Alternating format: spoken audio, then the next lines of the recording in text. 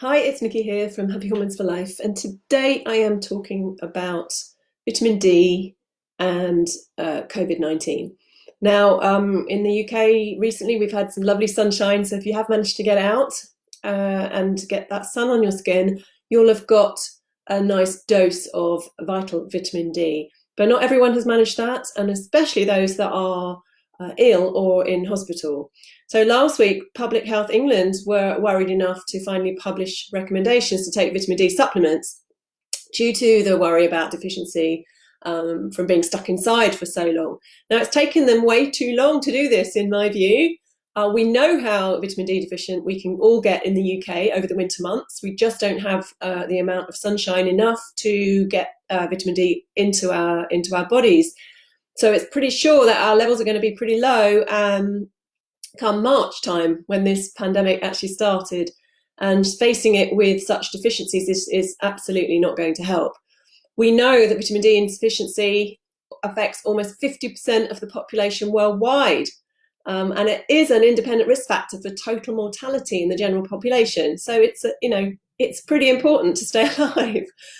Now, there are several factors that associate vitamin D deficiency with the impact of this particular infection. The fact that the outbreak occurred in the winter months, a time when vitamin D concentrations are the lowest, that the number of cases in the southern hemisphere near the end of the summer are low, that vitamin D deficiency has been found to contribute to acute respiratory distress syndrome, so it affects the respiratory tract in particular, and that mortality, fatality rates increase with age, with chronic disease, comorbidity, and vitamin D deficiency. So the evidence for vitamin D and the immune function has been there all along. So we have been slow to actually implement this. We know that vitamin D has a role in cancer protection, in bone disease, in heart disease, in autoimmune conditions, in influenza, type 2 diabetes, and depression. And we know that supplementation reduces the risk of respiratory infection. It regulates cytokine production, the inflammatory molecules that can go crazy if you have an if you have an infection. So it kind of regulates that, and it can limit the risk of other viruses. So, we know that it has an important role to play. And of course, now scientists are looking at it in terms of this whole COVID pandemic.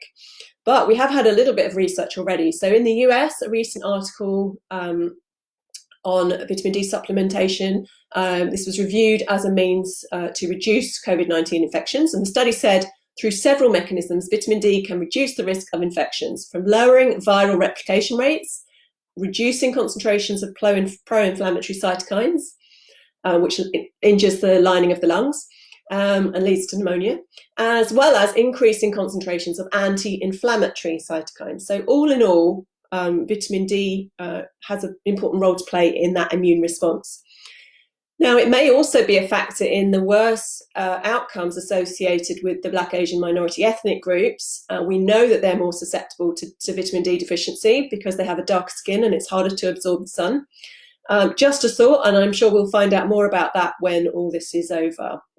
In the first published data comparing the severity of symptoms to vitamin D serum levels, so vitamin D in the blood compared to how severe your symptoms are with this infection, they looked at 212 patients in Southern Asia who had been hospitalized. And of all the COVID-19 cases, all 212, this is really interesting, 86% of them who had, 86% of the cases had normal vitamin D levels, who had normal vitamin D levels, their symptoms were mild, whereas 73% of them with vitamin D deficiency were severe or critical.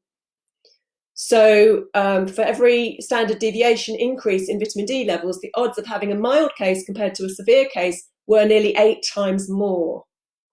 So this is pretty significant statistically in terms of comparing your vitamin D levels and your severity of symptoms. It's really, really interesting. Now, who are more at risk? People more at risk of deficiency, obviously older people, aging, because the aging skin cannot synthesize vitamin D as efficiently as when you are younger, and older people are more likely to spend more time indoors. So we've got a risk of deficiency in older people, and they're obviously impacted more with death rates. We've got darker skin, so the larger amounts of pigment in the melanin in the skin, in darker skin, reduces the skin's ability to produce vitamin D. So we know that people with darker skins are more susceptible to deficiency. People who stay indoors or wear sunscreen are more susceptible. Obesity is a factor as well, because that greater amounts of fat captivate more of the vitamin, so it stops it getting into the circulation. Of course, those with fat malabsorption as well. Vitamin D is a fat-soluble vitamin. It does require some fat in the gut, so those who don't absorb fat very well, and also with associated with liver disease, cystic fibrosis, Crohn's, that kind of thing, are more susceptible to deficiency as well. And there is a genetic element of that as well. Supplementation, right? Well, Public Health England are advising tiny amounts per day, 400 IU, which for me is woefully inadequate, because if you're deficient, that's not going to do much at all. If you look at it this way, if you go out in the sun and you expose your skin to good sunlight until it starts to go pink, you don't want to burn, but just until it starts to change colour, you're going to get roughly between 10 and 25,000 IU in that little period of time. The body can take that very happily. That's what the body does.